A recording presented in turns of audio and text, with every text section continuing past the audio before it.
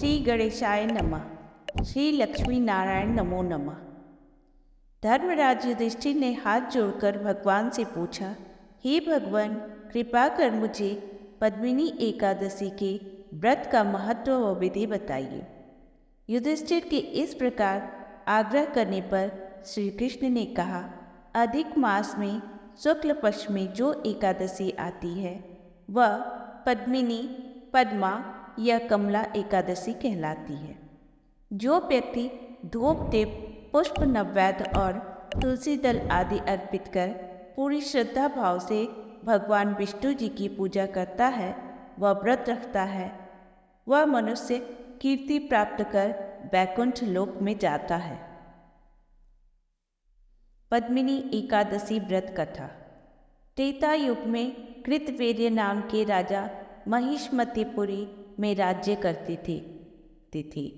इनकी 1000 रानियां थीं, परंतु उनसे कोई संतान नहीं थी जो राज्य का उत्तराधिकारी बन सके। संतानहीन होने के कारण राजा और रानियां बहुत दुखी रहते थे। राजा ने बहुत से यज्ञ व व्रत अनुष्ठान किए, फिर भी उन्हें संतान की प्राप्ति नहीं। तब राजा कृतवीर्य ने संतान प्राप्ति के लिए तपस्या करने का निश्चय किया। राजा अपना राज्यभार महामंत्री को सौंपकर तपस्या करने चले गए। राजा की बड़ी रानी ने भी उनका अनुसरण किया। राजा ने कई वर्षों तक मंदराचल पर्वत पर घोर तपस्या की। तपस्या करने से राजा के शरीर में अब हड्डियां ही शेष रह गई थी। उनका शरीर अत्यंत दुर्बल हो गया था, परंतु तपस्या का कोई परिणाम न निकला। तब रानी ने महासाध्वी पतिपरायण अनुसुईया माँ से कहा, मेरे पति कई वर्षों से तपस्या कर रहे हैं, परंतु सभी दुखों का विनाश करने वाले श्री हरि विष्णु जी प्रसन्न नहीं हुए। कृपया कर आप मुझे किसी ऐसे व्रत का विधान बताएं जिससे श्री हरि अति शीघ्र प्रसन्न हो। तब माता अनुसुईया ने अधिक मास के शुक्ल पक्ष में पड़ने वाली पद्मिनी एकादशी के व्रत का पालन करने के लिए कहा। तब रानी ने पूरी श्रद्धा और विधि विधान से पद्मिनी एकादशी का व्रत किया।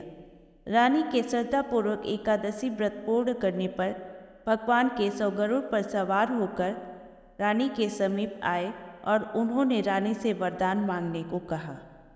रानी ने हाथ जोड़कर भगवान से कहा, हे प्रभु, यदि आप मुझ पर प्रसन्न हैं तो मेरे बदले मेरे पति को वरदान दीजिए। तब श्री हरि ने राजा को वरदान मांगने को कहा।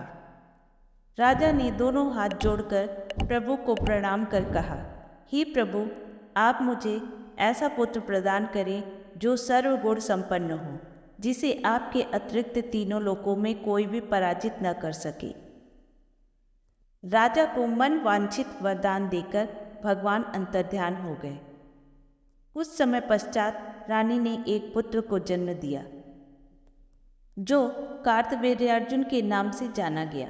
कालांतर में यह बालक अत्यंत पराक्रमी राजा हुआ, जिसने रावण को भी बंदी बना लिया था। तीनों लोकों में कार्तवीर्यार्जुन के समान कोई बलवान न था। बाद में श्री हरि विष्णु जी के ही अवतार परशुराम जी ने कार्तवीर्यार्जुन का वध किया। इस प्रकार पद्मिनी एकादशी की कथा संपूर्ण हुई। प्रेम से बोलिए श्री लक्ष्मी नारायण की जय। यदि आपको मेरी कथा अच्छी लगी हो तो पूरी श्रद्धा से चैनल को लाइक व सब्सक्राइब करें व नई वीडियो की जानकारी के लिए बेल आइकन यानी घंटी बटन को अवश्य दबाएं। धन्यवाद।